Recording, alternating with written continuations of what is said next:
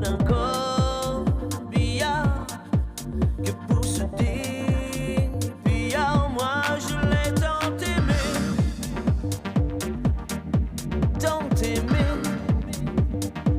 que mon corps est pétri des parfums de sa vie. Moi je l'ai adoré. Florent Pagny, merci d'être avec nous, invité de TV5, c'est un grand bonheur. Je l'ai tant aimé à l'instant. Et les parfums de sa vie, c'est extrait, le nouveau clip de cet album Récréation, qui n'en finit pas d'égrener avec des rythmes techno-soft, on va dire, ce qu'il y a de plus beau dans la chanson française.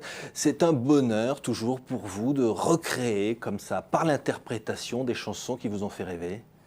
Recréer, ça serait peut-être un peu prétentieux, mais de m'amuser avec et d'essayer d'égaler ou de ne pas détériorer la chanson, oui, ça m'amuse toujours. C'est un petit challenge que j'ai avec moi-même. Et alors, au départ, il était plus axé sur des chansons à voix et je me rends compte qu'aujourd'hui, je commence à réduire un peu dans le registre vocal pour accéder à des chansons comme ça, plus soft, plus intimistes, mais qui me touchent et qui me plaisent. On pense quand même aux interprètes qui, pour certains, sont légendaires, qui ont d'abord créé ces chansons, qui les ont portées. Quand vous les avez chantées? Oui, non. C'est-à-dire qu'il faut quand même pas oublier que dès que les arrangements un peu techno-soft, comme on a dit, arrivent, ça emmène la chanson de toute façon dans une autre direction. Ça la dénature pas, mais ça l'emmène dans une autre direction. Ça va un petit peu plus vite, puis un petit côté, je dirais, plus frais qui arrive. Donc bon, on n'est pas... Et puis surtout, il ne faut pas se faire embarquer par les premières versions, quoi. Il ne faut pas y penser spécialement. Florent, on a beaucoup dit, et la biographie officielle le dit, une jeunesse mouvementée, un adolescent un peu perturbé, qui veut tout faire, etc. Perturbant, mais pas perturbé. Et aujourd'hui, on vous voit chanter les chansons de papa? Oui, enfin mon père écoutait pas ça, mais on peut les appeler les chansons de papa.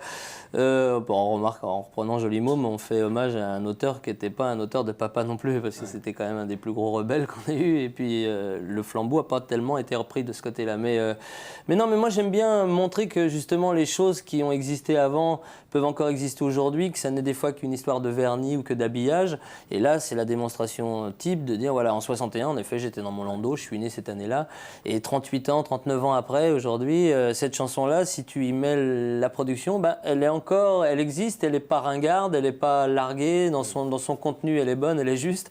Il y a Michel Delpech, quand j'étais chanteur. Oui, ça m'amuse d'avoir déjà le discours de quand j'étais chanteur.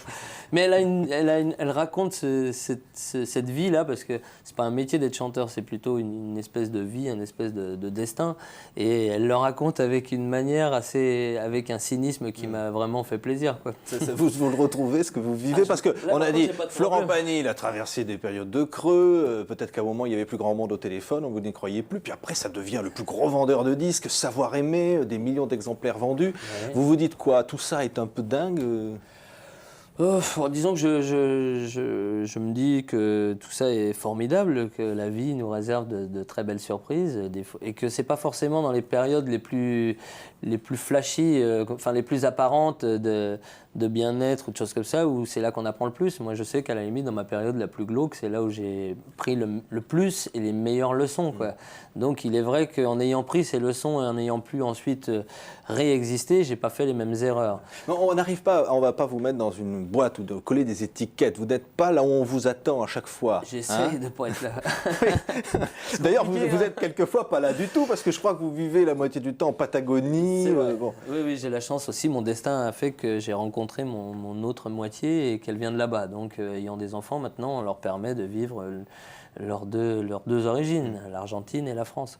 De ne pas vouloir être catalogué et étiquette, oui, ça c'est évident que depuis le début, il y avait une espèce de direction qui se faisait dans l'ancien showbiz, qui consistait à garde ta coiffure, garde le look, on t'a identifié, maintenant il ne faut plus lâcher. Il y en a qui doivent s'arracher les cheveux qui leur restent. Ouais, moi surtout en plus qu'aujourd'hui, quand on fait une rétrospective de ce que j'ai fait pendant ces 10 dernières années, t'es un peu mort de rire, parce que c'est quand même à chaque fois, c'est pas du tout la même tronche, pas le même look. Vous avez le sentiment d'avoir fait des conneries?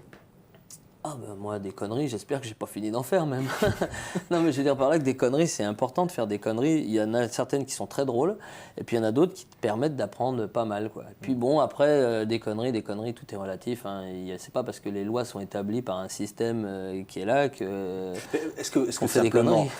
Est-ce que vous n'avez pas eu peur d'être bouffé à un moment par le système, dire j'ai besoin d'avoir ma femme, ma compagne, des enfants que vous avez, de vivre en Patagonie si j'ai envie de vivre en Patagonie, de ne pas avoir des paparazzis à la porte tous les matins pour savoir ce qui se passe? Ça, j'ai su le gérer. Moi, aujourd'hui, j'ai l'impression de me faire bouffer par un système. En fait, j'ai l'impression de me faire aspirer par le système qui est l'État, par l'intermédiaire d'une organisation qui s'appelle le Trésor public. Et j'ai l'impression de devenir un espèce de tapin qu'on a maqué. C'est-à-dire que je dois rendre des comptes de tout ce que je vis. Quand vous ne gagnez pas un rond, ils n'étaient pas là, non? C'est ils ça, m'ont jamais aidé. Enfin, je veux dire, moi, on m'aurait aidé dès le départ à ma naissance. On m'aurait nourri, on m'aurait habillé, on m'aurait formé pour en arriver où j'en suis aujourd'hui. Je trouverais normal qu'en effet, je suis redevable. Il ne s'est pas passé ça. Moi, demandez à mes parents quand ils demandaient une bourse pour moi, s'ils l'ont déjà eu. Jamais, on n'a jamais rien eu, ni pour moi, ni pour mes frères, ni pour mes sœurs. Le seul moment où dans ma vie, l'État m'a aidé, c'est quand j'étais aux impôts, non, là-dessus, pas révélateur, mais quand j'ai été aux ACDIC.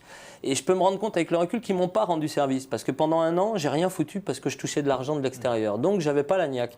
Et donc, ils m'ont rendu handicapé. Alors, je peux dire, votre système, il n'est pas bon, vous ne m'avez pas aidé. Quand vous m'avez aidé, vous ne m'avez vraiment pas aidé. Et aujourd'hui, vous êtes là à vouloir m'aspirer. Mais moi, il n'y a personne à qui je rends des comptes. Quoi. Ceux qui redonnent l'affection, finalement, c'est le clan Pani, c'est tous ceux que vous avez autour de vous, ceux qui sont toujours là malgré tout, malgré les galères? Non, moi, j'ai pas ça, moi. Non, j'ai ma famille.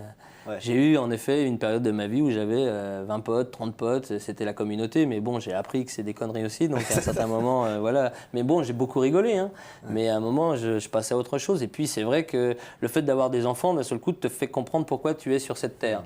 Donc, c'est la seule chose. Alors maintenant, en effet, la vraie chose qui m'intéresse et pourquoi je continue à alimenter tout ce que je fais, c'est justement pour faire en sorte que le nid se passe bien et vive bien. Quoi. Ouais. Savoir aimer, c'est d'abord un texte magnifique, une chanson qui a touché énormément le grand public.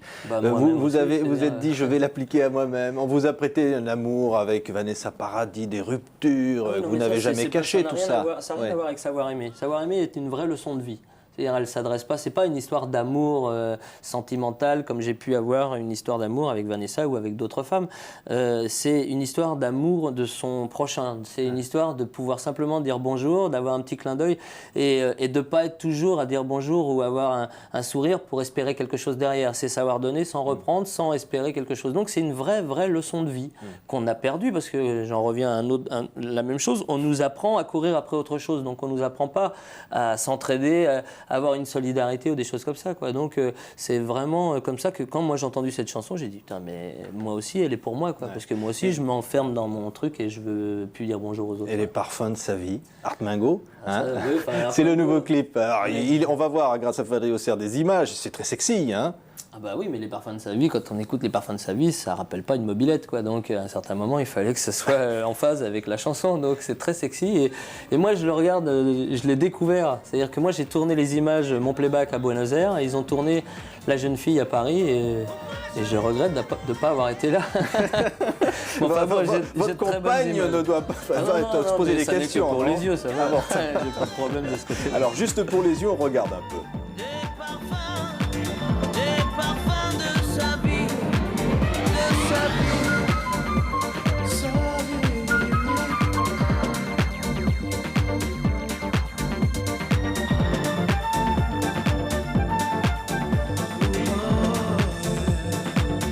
Moi je